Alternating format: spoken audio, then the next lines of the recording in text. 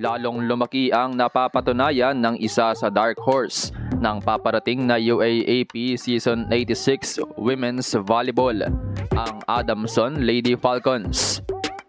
Huge upset, Adamson pinabagsak ang Akari, Ateneo na isahan ng next lead.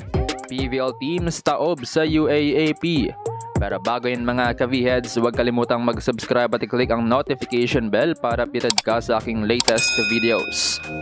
Tagumpay ang paglunsad ng Akari ng kanilang sariling liga sa katatapos lang na Akari Cup 2024. Pahirapan nga kumuha ng updates patungkol dito dahil walang live coverage, pero narito na nga ang may init na resulta ng torneo.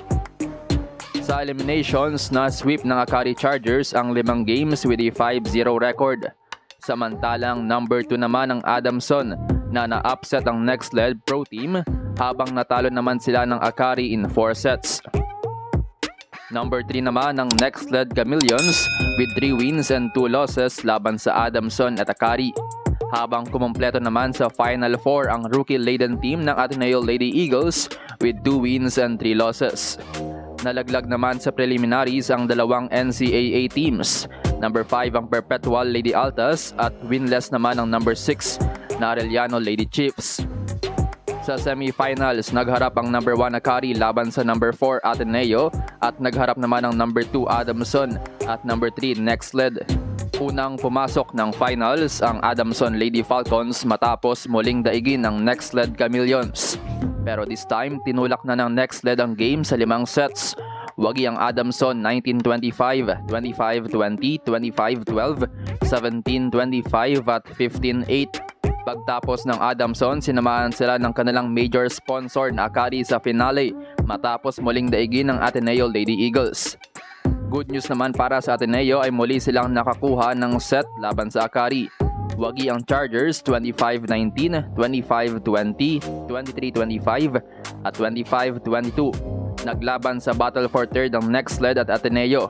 Muling nakakuha ng set ang Ateneo Lady Eagles pero nasa Chameleons pa rin ang upper hand. 16-25, 25-21, 25-18 at 25-17. Habang sa finale, sa likod ng experience disadvantage laban sa Akari, nanatiling composed at nagpakita ng maturity ang Adamson Lady Falcons para lusutan ang PVL contender team ng Chargers. Sa umpisa pa lang ng game, ginulantang na ng Adamson ang lahat matapos manaig sa first 2 sets ng game.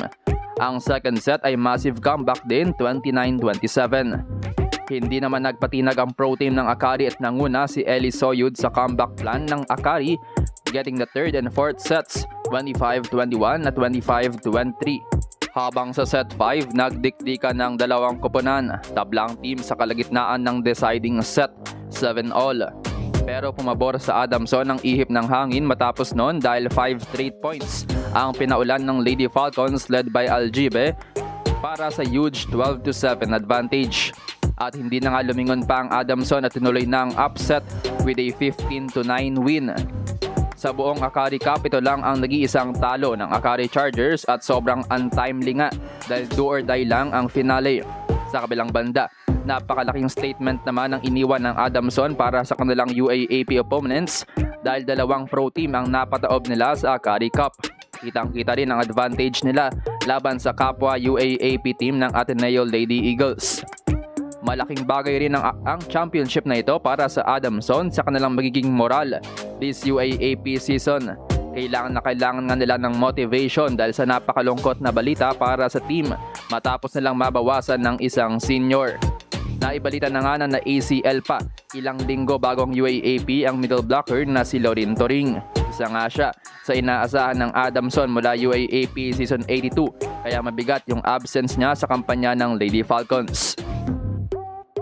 Gayunpaman, mananatiling contender ang Adamson this UAAP Season 86 sa likod din ng massive loss nila matapos ang Season 85 losing their team captain Louie Romero, top scorer Tricia Tubu at isa pang reliable hitter na si Kate Santiago. Nananatiling mataas ang hopes ng Adamson para depensahan ang kanilang podium finish. Matatandaan na nakuha nilang bronze medal ng UAAP Season 85. Pangungunahan sila ni Lucille Almonte. Para naman sa Akari Chargers, mabigat ang pagkatalo nila laban sa Adamson dahil pinapakita lang nito na may kulang para sa koponan sa likod ng mabibigat na recruits. Matatandaan na nakuha na rin nila ang serbisyo ni Gretzel Soltones. Sa ngayon, connection problem pa rin ang isa sa poproblemahin ng koponan, pati na rin ang changes sa sistema ng koponan dahil sa kanilang coaching changes. Matatandaan na nilisan na ni Coach Jorge De Brito ang Akari Chargers at pumalit ang interim head coach na si Rafi Mosuela. Magsisimula ng UAAP Season 86 Women's Volleyball ngayong February 17 habang sa February 20 naman muling sisipa ang unang conference ng Premier Volleyball League.